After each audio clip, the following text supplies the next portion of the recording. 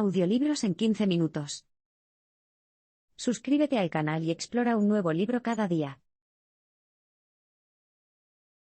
Identidad es una palabra engañosa y cargada que requiere un examen minucioso. ¿Cómo defines su identidad? ¿Te defines por tu género, tu nacionalidad, tu sexualidad o los tres? La verdad es que no es una pregunta fácil de responder.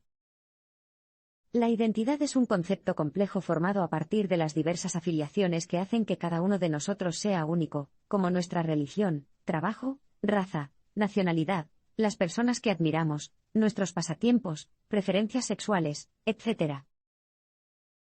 Pero esas alianzas no son fijas, a pesar de lo que podamos pensar. Con el tiempo, nos identificamos más con unos y menos con otros. Estos cambios pueden ocurrir a lo largo de los años o de un momento a otro cuando un aspecto de nuestra identidad pasa a primer plano.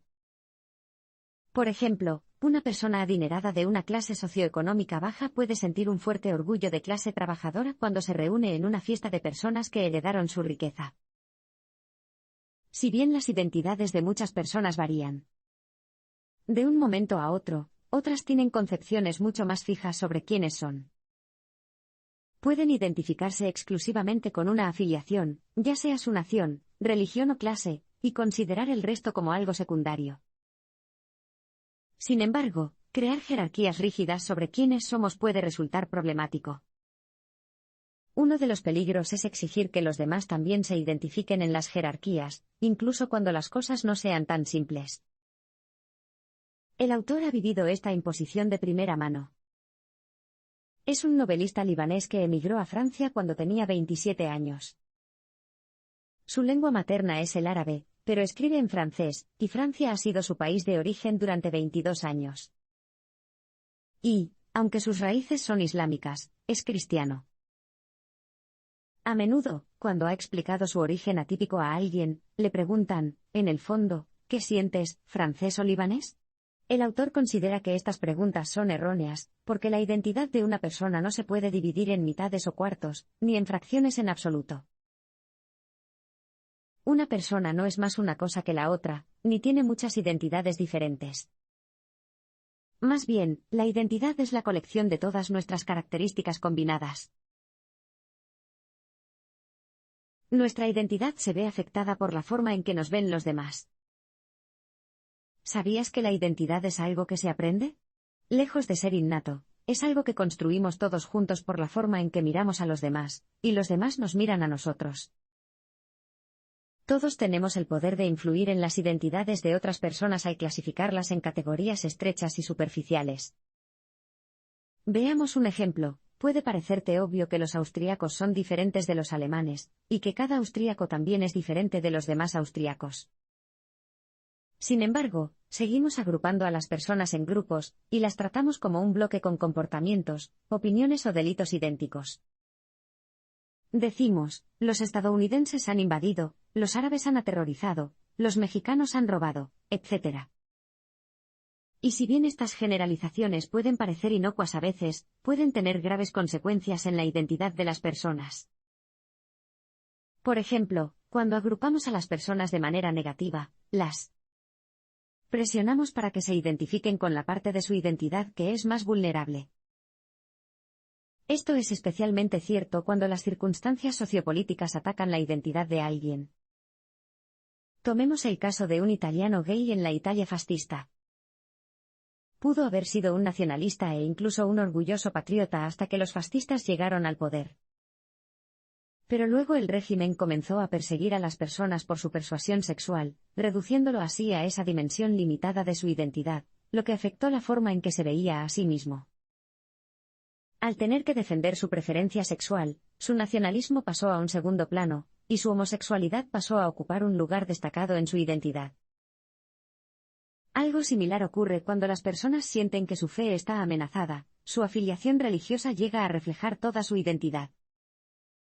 Sin embargo, los tiempos podrían cambiar y, si su raza o género se ponen en peligro, podrían empezar a luchar contra los miembros de su propia fe. Ninguna religión, afiliación o cultura es intrínsecamente más violenta que cualquier otra. Estos enfoques demasiado simplificados para describir a los demás pueden crear estereotipos peligrosos que nos afectan a todos. Tomemos el Islam. Hoy es un grupo de identidad demonizado acusado de tener una larga tradición de barbarie.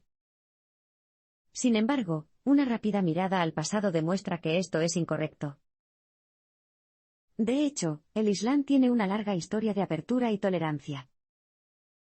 Por ejemplo, a finales del siglo XIX, la capital del mundo islámico era Estambul, una ciudad compuesta en su mayoría por personas no musulmanas, incluidos griegos, armenios y judíos. Pero incluso mucho antes de esto, los musulmanes habían demostrado una notable capacidad para convivir con los demás. Por el contrario, la tolerancia del cristianismo se desarrolló mucho más tarde. No fue hasta finales del siglo XVIII, y con el desarrollo del pensamiento de la Ilustración que las sociedades cristianas comenzaron a aceptar otros grupos religiosos.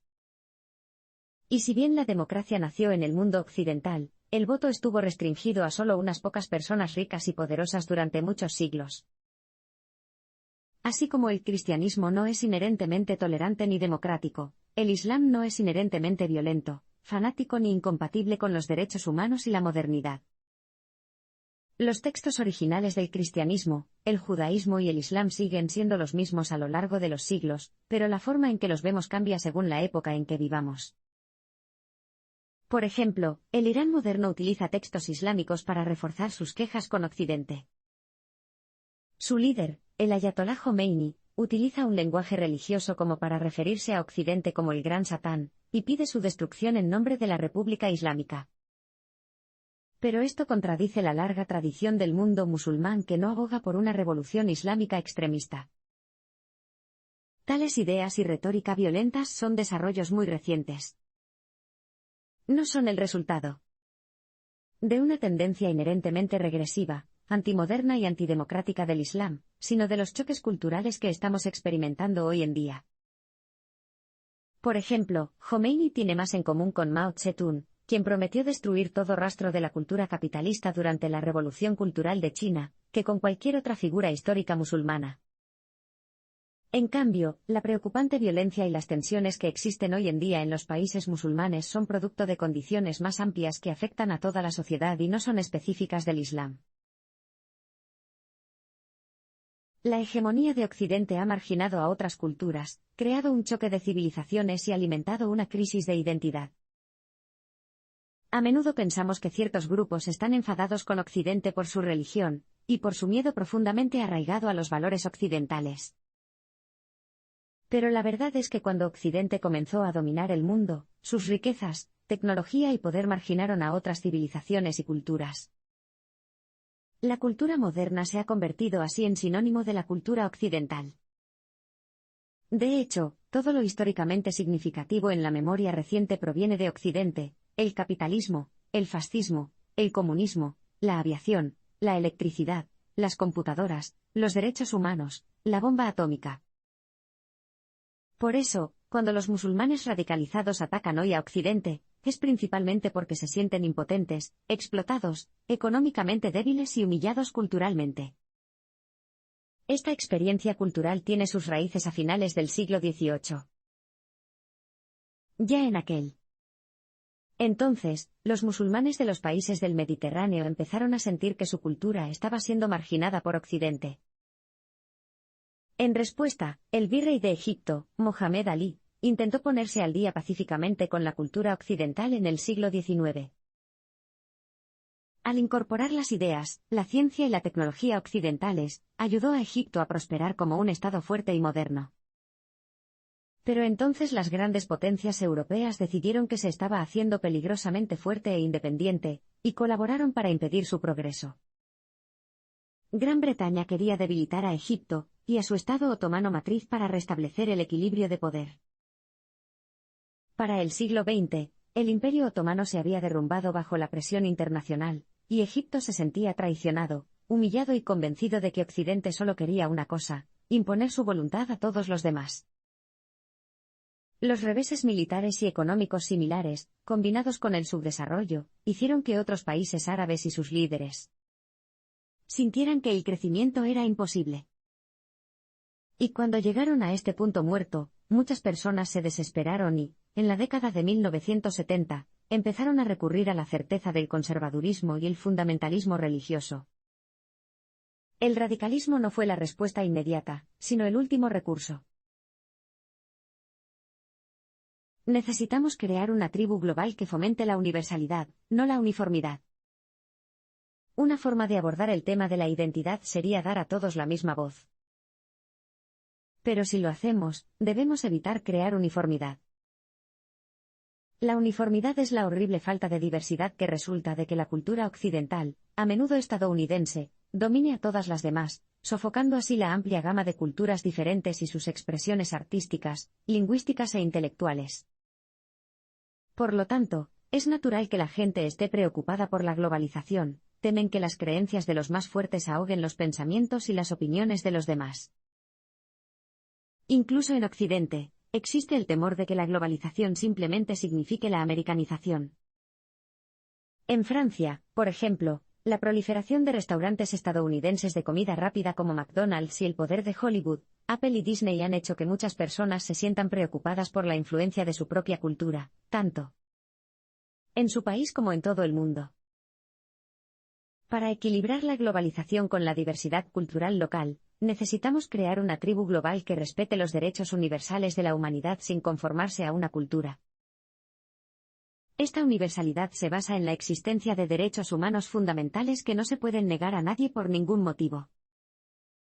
Incluyen el derecho a vivir sin discriminación ni persecución, a elegir libremente la propia vida, los amores y las creencias, sin interferir con los de los demás, etc. Y si podemos avanzar hacia la universalidad haciendo hincapié en lo que tenemos en común y, al mismo tiempo, mantener nuestro carácter distintivo, podemos fortalecer los derechos humanos en todo el mundo. Podemos utilizar las herramientas de los medios de comunicación, la tecnología y los idiomas para hacerlo. Por ejemplo, aprender a hablar al menos 3 idiomas, por ejemplo, nuestra lengua materna, el inglés y un tercero que elegimos libremente, ayudaría a forjar conexiones. Eliminar malentendidos y fomentar el compromiso en las interacciones globales. Y al aprender a compartir referencias lingüísticas y culturales, podemos reducir los efectos letales de las identidades estrechamente definidas al conectarnos con una tribu global compuesta por toda la humanidad.